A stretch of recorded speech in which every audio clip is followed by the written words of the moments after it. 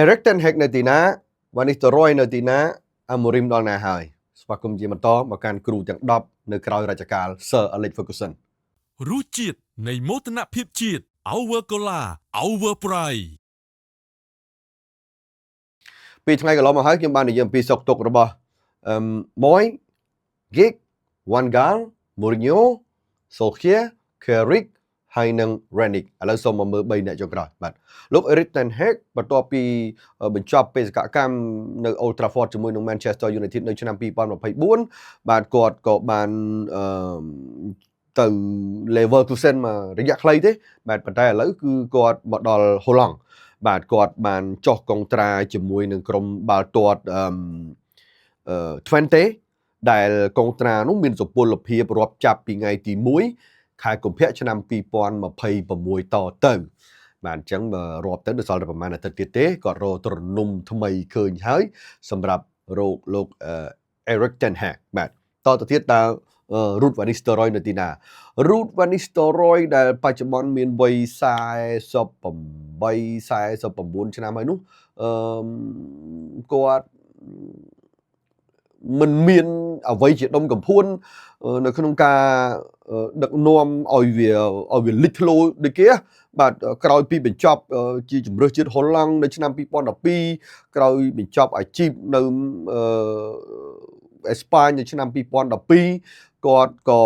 ធ្លាប់ធ្វើដឹកនាំក្រុមបាល់ទាត់ Young PSV ដល់ឆ្នាំ2022គាត់ធ្វើគ្រូ PSV នៅឆ្នាំ2023គាត់ធ្វើជា caretaker Man U ឆ្នាំ2024ហើយឆ្នាំ2025គាត់ទៅធ្វើ management បាទឲ្យក្រុមបាល់ទាត់ Leicester តែអត់មានអ្វីគួរឲ្យកត់សម្គាល់ទេអញ្ចឹងចាប់តាំងពីឆ្នាំ2025មក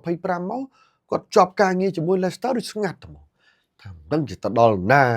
មានក្លឹបណាតាក់ទងផ្លូវការហើយនោះក៏មិនទាន់ដឹងបាទចឹងចំណែកឯមិត្តសម្លាញ់ខ្ញុំអាយុចង់និយាយមិត្តសម្លាញ់ព្រោះដោយសារគាត់អាយុ40ដូចខ្ញុំបាទ Robin Amorim ចឹងបងប្អូនបានដឹងហើយថា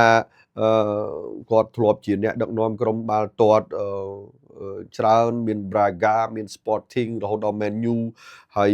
Man U ក៏បានផ្ដល់នៅតម្លៃផ្ដាច់កុងត្រាអីសងអីគ្រប់បែបយ៉ាងឡើងប្រមាណជាចង់$30 លានផ្ដាច់កុងត្រាជាមួយក្លឹបចាស់ផ្ដាច់កុងត្រាជាមួយក្លឹបថ្មីថាថ្លៃកម្លាំងនឿយហត់អីផ្សេងៗជិត$30 លានអញ្ចឹងឃើញគាត់បានដឹកដៃប្រពន្ធដើរលេងញញឹមមើលប្រព្រាយបាទពីព្រោះថាគ្រូនៅ Manchester United ក្រៅពីសម្ពាធជាមួយនឹងកីឡាករការប្រកួតប្រជែងធំនៅអ្នកព័ត៌មាននៅ fan អីផ្សេងៗទៀតបាទអញ្ចឹងទោះបីជាយ៉ាងណាក៏ដោយបាទសង្ឃឹមថាក្រោយអ្នកទាំង10នេះទៅជាមួយអ្នកទី11អ្នកណានឹងមក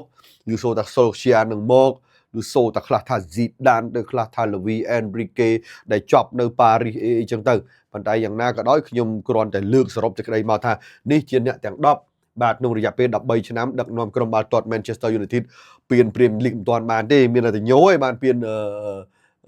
មួយគេដែរពានអឺរ៉ុបបាទអញ្ចឹងយើងចាំមើលដំណើរផ្សងព្រេងរបស់បាក់បិសាចជាបន្តបាទរសជាតិនៃមោទនភាពជាតិ Our Cola Our Pride